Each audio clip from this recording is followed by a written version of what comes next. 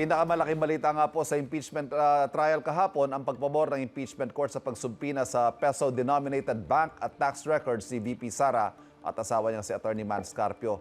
Pati yung mga peso-denominated accounts ng 19 corporate entities na iniugnay kay VP Sara. Ano po magiging implication nito sa kaso?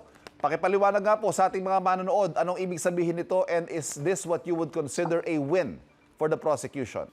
Well, definitely, I think this is a big win for the prosecution, primarily because this will really open the lid, particularly doon sa second article ng ating impeachment, which is, of course, patungkol doon sa tinatawag nating unexplained wealth. No? So, kinakailangan kasi nila talaga itong gawin para talaga ma-establish yung baseline. Kaya kung titignan natin, yes, the defense is actually arguing bakit daw kailangan pang isama yung 2007, bakit hindi yung 2022 lang nung siya ay Vice President. Pero malinaw ang naging position dito ng prosecution that they really would want to establish yung baseline. So kailangan makuha yung historical referencing para maipakita nga yung gradual increase ng kanilang wealth.